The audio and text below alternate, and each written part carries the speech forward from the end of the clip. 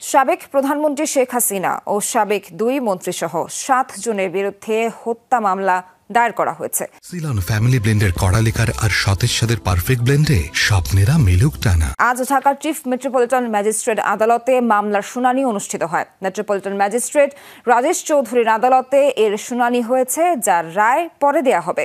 আদালত সূত্রে জানা গেছে, সাবেক প্রধানমন্ত্রী ছাড়াও সাবেক সেতুমন্ত্রী ও আওয়ামী লীগের সাধারণ সম্পাদক ওবায়দুল কাদের, সাবেক স্বরাষ্ট্রমন্ত্রী আসাদুজ্জামান খান কামাল, পুলিশের সাবেক মহাপরিদর্শক চৌধুরী আব্দুল্লাহ আল মামুন, যুগ্ম কমিশনার বিপ্লব কুমার সরকার, অতিরিক্ত কমিশনার হারুনুর রশিদ ও ডিএমপি কমিশনার হাবিবুর রহমানকে আসামি করা হয়েছে। এছাড়া অজ্ঞাতনামা পুলিশ কর্মকর্তা ও সদস্য এবং তৎকালীন সরকারের ঊর্ধ্বতন কর্মকর্তাদের অজ্ঞাতনামা হিসেবে মামলায় আসামি করা হয়েছে। গত 5 আগস্ট শেখ হাসিনা প্রধানমন্ত্রীর দায়িত্ব থেকে পদত্যাগ করার পর এই প্রথম তার বিরুদ্ধে কোনো মামলা হলো। মামলার বাদী হয়েছেন আদাবর এলাকার বাসিন্দা ব্যবসায়ী এস.এম. আমির হামজা শাতিল। তিনি একজন সচেতন নাগরিক হিসেবে নিরীহ নাগরিক হত্যার বিচার চেয়ে এই মামলা করেছেন।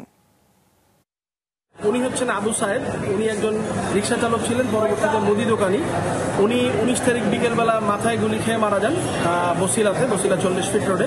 তো আমরা পরবর্তীতে খোঁজ নিয়ে জানতে পারি এই ফ্যামিলিটা খুবই অসহায়, তাদের বাড়িতে খাওয়ার চাল পর্যন্ত নাই। এরকম পরিপ্রেক্ষিতে এই হত্যার তো কোনো বিচার হওয়ার সুযোগ নাই, বিকজ কেউ এখানে বাদী হয়ে মামলা করছে না। তারপরে আমি বিবেকের তাড়নায় এই আবু সাহেবকে নিয়ে কোর্টে আসার সিদ্ধান্ত নিই এবং আজকে আমি শেখ হাসিনা, ওবায়দুল কাদের, তারপরে ডিএমপি কমিশনার, পুলিশের সাবেক আইজিপি, পুলিশের সাবেক ডিসি এবং ডিসি উত্তর, ডিসি দক্ষিণ, ডিসিডিবি এদের বিপক্ষে হত্যা মামলা দায়ের করেছি কোর্টে। এটার জন্য আদেশ পেন্ডিং আছে।